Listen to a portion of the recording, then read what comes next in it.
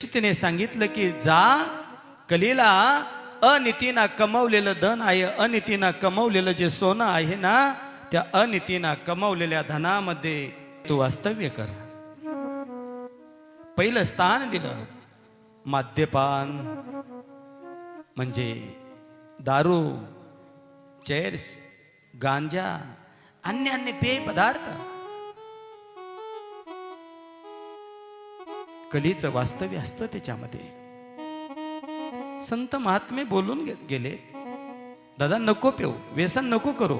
कारण व्यसनाच्या अधीन एकदा का झालं का की स्वतःच राख रांगोळी होती, स्वतःच्या प्रपंचाची रांगोळी होती ना दादा. नको रे दादा, त्या मार्गाला जाऊच नको दादा. तो दारू गांजा मत पेव यारो, अक्कल गुंग हो जाती, अपने पदर के दाम खरस के, मुंह में मट्टी गिरती. दारू गांजा मत पेव यारो.